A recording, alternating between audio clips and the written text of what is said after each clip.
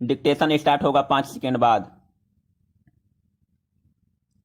Stop. Himalaya भी अन्य पहाड़ों की तरह पलायन, भूखमरी व जलवायु के दबाव में है। संयुक्त राष्ट्र के खाद्य एवं कृषि संगठन ने 11 दिसंबर 2021 के अंतर्राष्ट्रीय पर्वत दिवस के अवसर पर बयान दिया था कि पर्वतीय क्षेत्रों में मौसम बदलाव व जैव विविधता के कारण विकासशील देशों में 2000 से 2017 के बीच भूखमरी में वृद्धि हुई है। हिमालय क्षेत्र में भी करीब 40% लोग खाद्य असुरक्षा के जोखिमों को जीते हैं।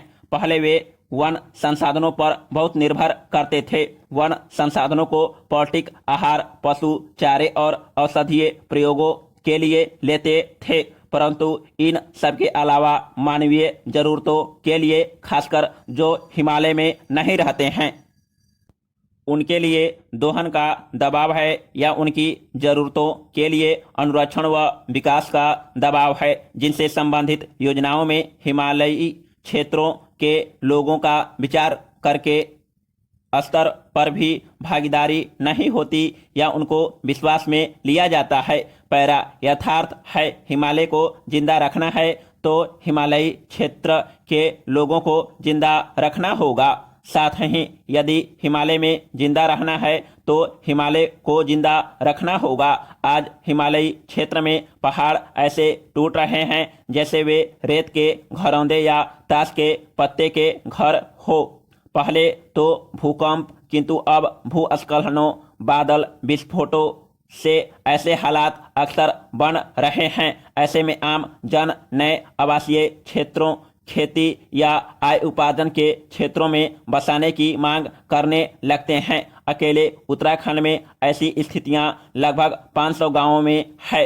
ऐसे में हिमालयी क्षेत्रों में विकास परियोजनाओं से विस्थापितों के अलावा आपदा प्रभावितों के पुनर्वास मानकों और प्रक्रियाओं पर जन सहभागी मंथन की जरूरत है।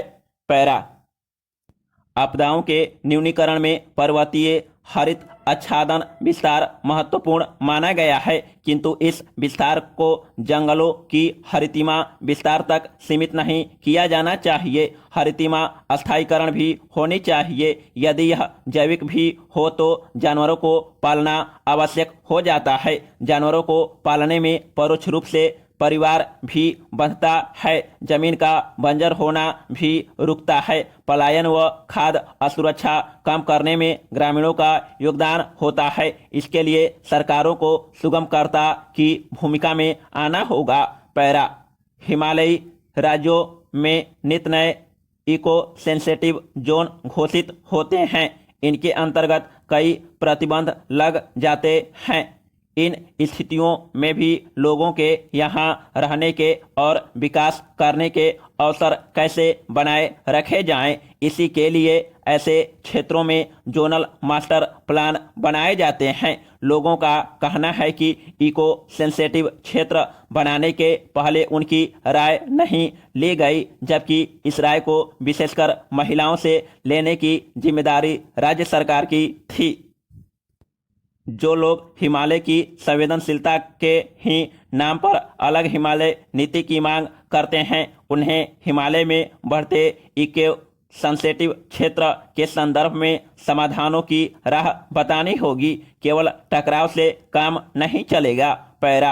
अंधाधुंध सड़क निर्माण के चलते भी आपदा के मामले बढ़ रहे हैं। पेड़ों की कटाई व विस्फोटों से भूस्खलन का क्षेत्र बन रहे हैं। वाहनों व व्यक्तियों पर भी भारी पत्थर गिर रहे हैं। सरकारें ही अधिकांश राजमार्ग बनाती है और वही नियम तोड़ती है। उत्तराखंड की ही 4 धाम यात्रा मार्ग या ऑल वेदर रोड का उदाहरण ले। पर्यावरण को होने वाले नुकसान पर सोचे बिना मार्ग बनाने की शिकायत जनहित याचिका के माध्यम से उच्चतम न्यायालय में भी पहुंची।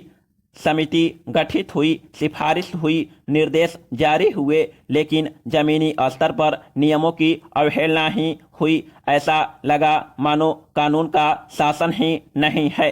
पैरा। जल विद्युत परियोजनाओं से ही हिमालय वासियों व हिमालय को दंश मिल रहा है। राजनीतिक दबाव के चलते भी पहाड़ों में नए नए कस्बे नगर बन रहे हैं, बहुमंजिले भवन बन रहे हैं। हिमालय को केवल पर्यावरण से ही जोड़कर नहीं देखा जा सकता है। हिमालय बचाने के लिए वहां रहने और वहां रहकर आगे बढ़ने के जोखिम को कम करना आवश्यक है। इसके लिए अंधेरे में ही तीर चलाने और केवल अनुभवों से ही सीखने पर भरोसा करने के बजाय आधुनिकतम तकनीक का भी सहारा लिया जाना चाहिए। लेकिन सबसे जरूरी है हिमालय से खुद को जोड़कर देखना। समाप्त।